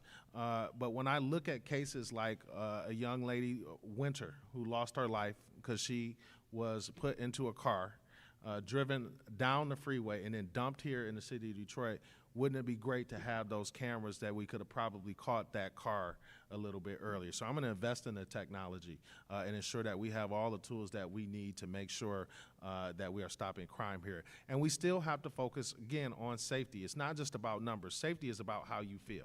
If you don't feel you can go to the gas station at 5 p.m. and fill up your car, or you can let your child run outside because you're scared they're going to get hit by a stray bullet or get snatched up, or if you can't leave your car in your driveway hoping that you wake up in the morning and it's still going to be there, we have a problem here still in the city of Detroit. I had my vehicle stolen out of my driveway, and it is a city-owned vehicle with an X plate. That lets you know we have a long way to go here, and we'll be realistic about the approaches that we utilize to make sure Thank you, that we're Councilman investing in Durhall. public safety. Thank you so much. Santil Jenkins, you have the last word here. 90 seconds. Thank you. I agree with much of what has been said about the approach to crime, and many of you have heard me say this before. This is personal to me. I lost my 14-year-old brother to gun violence. And when I lost my brother and threatened to quit school because of anger, my mother told me I needed to keep going, not for my brother who was loved every day, but for the kids who thought his jacket was worth more than his life. She said if they had been loved and nurtured, if there had been some intervention, some programs for them, my brother might be alive. So that has to be our approach. We cannot police our way out of this. We have to provide positive pathways for our kids so that they don't choose guns, gangs, and drugs. We have to make sure that we are investing in after-school programs and safe spaces and places in the same way we're investing in juvenile detention facilities in Wayne County Jail. Because for every dollar we spend on prevention, we're spending $5 to $7 on the juvenile detention facility and the jail. We have to flip that equation. And then we have to make community policing a philosophy, not just a few officers in each precinct. Everyone in the Detroit Police Department should be about community policing, and they should show up in good times and bad times. There should be officers. I know there are a couple of officers here today. So thank you. The final question, and it's a question on the minds of many Detroiters. Between 2010 and 2016, Detroit overtaxed homeowners by an estimated $600 million, contributing to tens of thousands of tax foreclosures that disproportionately affected Black residents and homeowners. While some city programs now offer in-kind relief, legal and fiscal constraints have been cited as barriers to providing direct compensation or tax refunds. So here's the question. If elected mayor, what specific actions will you take to make overtaxed residents whole? Will you pursue financial compensation, housing restoration, or tax reform? And how will you overcome the legal and funding challenges to ensure meaningful restitution? As you answer this question, I want you to think to yourself, what would happen if this was done in Grosse Pointe? Would residents of Grosse Pointe be willing to hear, we've done as much as we can, and time's passed? So please answer this question seriously, keeping in mind residents of the city of Detroit is having the same rights as residents everywhere in America. So this question begins with you, Mary. So I have spent a lot of time trying to address the issue of overassessment, and it is not enough just to say, oops, my bad, it was a mistake, right? And/or time has passed. I think we have to still aggressively figure out how we address the issue of those who were overassessed, but also ensure that the continued overassessment is not happening, so that people with the lowest valued homes are not being overassessed. So number one, yes, we were informed legally that we cannot provide direct compensation. I didn't take that as an answer to just stop my work. We went on ahead and created the Affected Homeowners Program that is in place now for those who are interested. If you were overassessed, you can find that program online. But thirdly, I have made a commitment, and I've been very vocal, that I will pursue changes in state law that will provide a tax credit on residents' bills who were overassessed in the amount that they were overassessed, that will be phased in within 5 years. I've already had conversations with the assessor office, and we're working on changes in state law to do that. But also, we are going to continue to look at how properties are assessed in this city, working with the assessor's office and ensuring that people's properties are assessed in an accurate way, and ensuring that the assessor's office has the resources, the proper amount of assessors, and that the methodology that they're using is accurate so that people's properties are not overassessed. This is an issue that I'm very, very passionate about, and will continue to try to provide as much relief for homeowners that were overassessed and stop any continued overassessment. Thank you. Todd Perkins. Yes, this is, it's troubling to say that this happens in this era. Would you say 2010 to 2016? You know, the city has a comedy of different things that have happened, not only to the people who've overassessed, but also to the retirees. Let's remember all of those individuals who paid a price to be in Detroit. That's what you've done. You paid an exorbitant cost, because we talk about the people that have lost homes and all of those things as a result of this overassessment. First and foremost, we're going to make sure that this never happens again. We're going to work with our assessor's office. We're going to ensure that the laws are enforced, and we're going to market that to people and tell people to come down to our office to help, so that we can help individuals going forward, those individuals who are a certain income, that they can work with the county to apply for an exemption of taxes. So they need to understand this information. And one of the things in talking to the treasurer's office and the treasurer himself is that people are not aware of this. So we need to market these things and explain these things to our citizens and encourage them to come to our assessor's office if they feel they're being overtaxed. And we will do our own assessment and our own evaluation of how properties are taxed. But again, I want to acknowledge to them, I want to give them a personal apology. You know, and I don't think that's ever happened in this city, to say I'm sorry and to give you an IOU. I don't know how we're going to pay it, but what we're going to do is use all of the resources. Because if it was Grosse Pointe, like Donna said, if it's Grosse Pointe, the state of Michigan would step in, and that's what I want them to do. And I would advocate and lobby for resources from the state of Michigan, from the federal government, because it was our mistake. All right. And again, they shouldn't have to pay that cost. All right. Thank Fred you. Durhall. Pitchforks and torches would be on the street in Grosse Pointe. What I would say is, no matter what we say, I think it's important to note we're never going to be able to make those folks whole, even if we gave them direct payment and compensation. Folks lost their homes, and in some cases they lost their families or their wives or their husbands, and some lost their jobs. And money doesn't simply pay that back. And apologies or IOUs won't do it either. But what we can do is be very focused on going to Lansing to change preemption that gives us the ability to be able to decide how we can pay our folks back here in the city of Detroit. I don't believe that when we talk about tax breaks or we talk about a tax credit, I don't think that helps as well, because it's over time. Folks want a lump sum payment.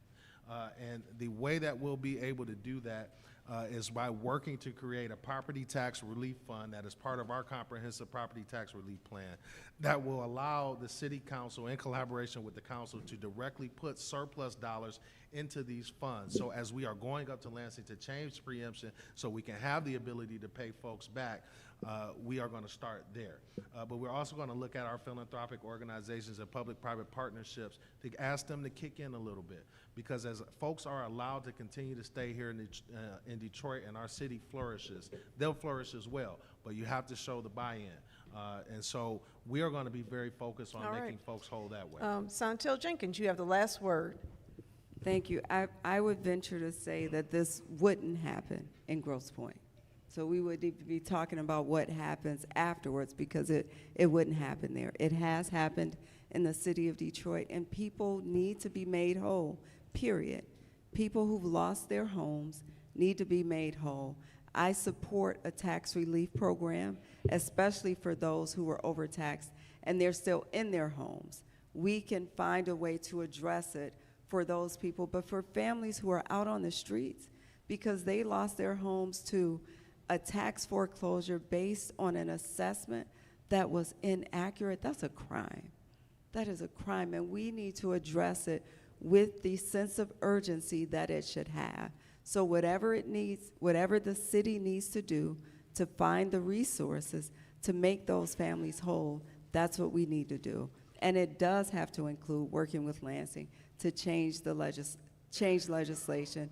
It does need to include tax relief, not only for victims of overassessment, but for all Detroiters, we need tax relief. So the comprehensive tax reform is going to be important, but for families that lost their homes, they need to be made whole, period. And that has to be a priority for whoever the mayor is. Thank you. All right, it is time for closing remarks. Again, the order has been selected at random. Each candidate will have 2 minutes for their closing remarks. Make it good, and we're starting with Council President Mary Sheffield. Thank you. Thank you so much for hosting us, and thank you so much, Detroit, for coming out. Again, it has been an absolute honor to serve on the Detroit City Council the last 12 years and being a partner in the growth of our city. I truly believe that the best days are ahead of us. We've made tremendous progress, but we know that Detroit still has a huge opportunity to grow and to thrive. And so my focus, as always, will be on increasing the quality of life for this city, growing our population, retaining our generational Detroiters, and ensuring that we're protecting all of our city, ensuring that everyone has the opportunity to thrive. We'll focus in on housing and affordability, strengthening our educational system, investing back in our neighborhoods, making sure that this city is more safe, and of course, building our middle class and ensuring that we're attracting good, livable wage jobs here to the city of Detroit. I bring 12 years of governmental experience. I know how this city operates and functions. Under my leadership, we've had 12 balanced budgets. 11 of them have been surplus.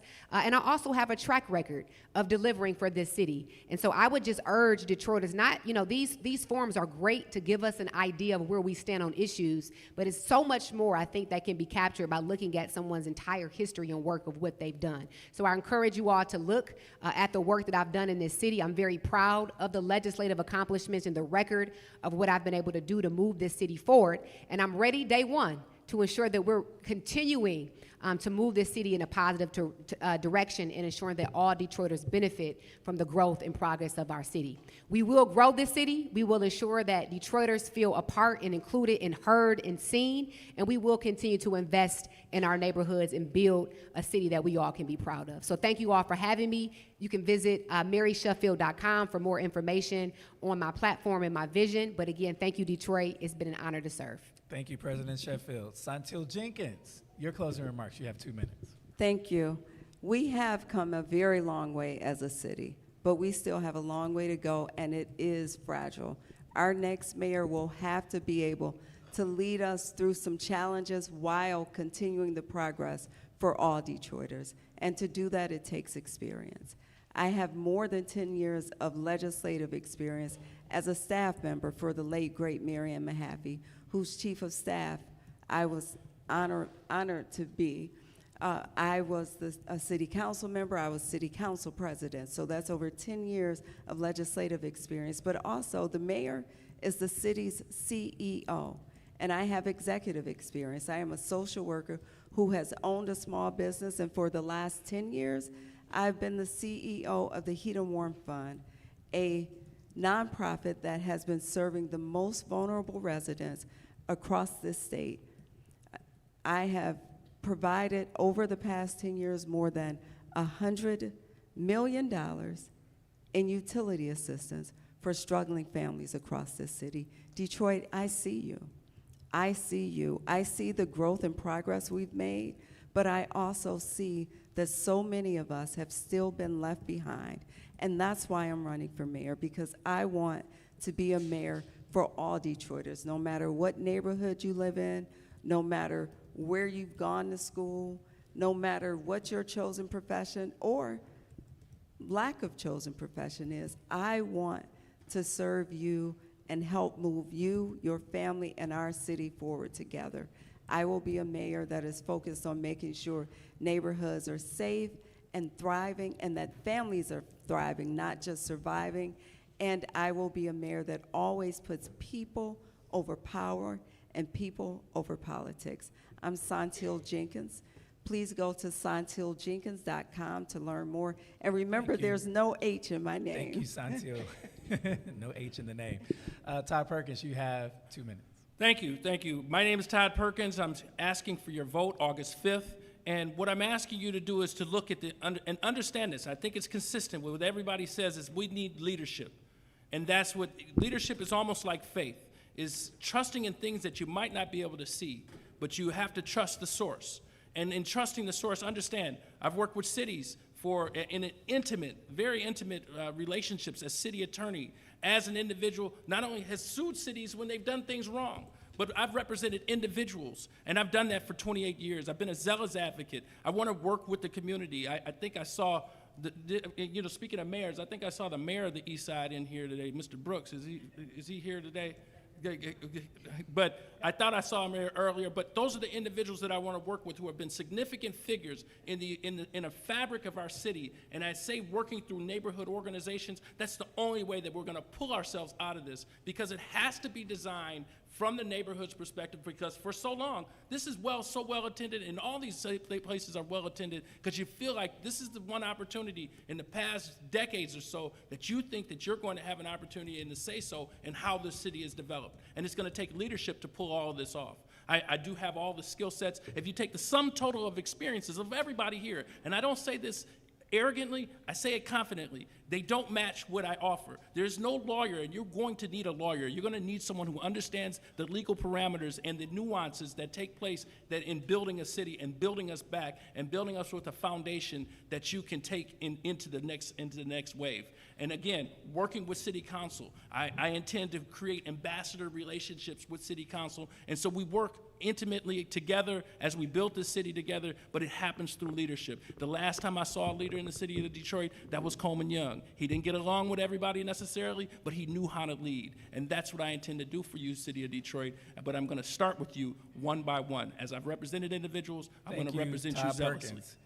Councilman Durhal, you have the privilege of being the last one. Well, and what a privilege being here with you all this afternoon. It's simple, Detroit.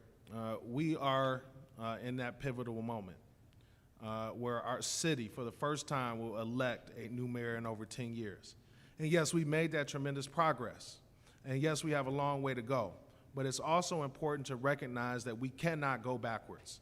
And to have that continued growth, you need experienced leadership. A lot of what you heard up here tonight, whether it's property tax reform or whether it's overassessment, a lot of those roads lead through Lansing. And here's the common denominator. We're the only candidate that is running in this race that has actually served on the state level, not testified in committee, not been up there and been in rallies, but actually served and delivered over $1 billion of resources for the city of Detroit, that delivered money to test on untested sexual assault kits here in Wayne County, that have saved programs like Meals on Wheels, DAPSEP, Flip the Script, and many other programs when we served there, that has actually created this type of law that can be represented in a court of law, because no one can say they have made state law. We can. And we've done that on Detroit City Council. Whether we have increased the amount of affordable housing that we will have here in the city of Detroit, or taking a district that felt forgotten and have 2 new rec centers, 400 new jobs, over $30 million of affordable housing, and we'll duplicate that across the city of Detroit and make sure that everybody feels the growth of our city. I am dedicated, and one of the first things that I have said to you is that I want to create a Detroit that is for families again. And it's important to me because I have a young family. I have a wife who came back here as a single mother, putting herself through law school, married me, and I made her a promise: I am going to make this city better for her and my children. But guess what? What I want for your family, I want for mine, and vice versa. And we are the only one that's experienced that's going to be able to deliver here. We don't need on-the-job training. We don't need a lot of promises and platitudes. We need delivery, and Durhal delivers. Visit www.durhalfordetroit.com. Thank you, Councilman Durhal. Audience, please give these candidates a great big round of applause.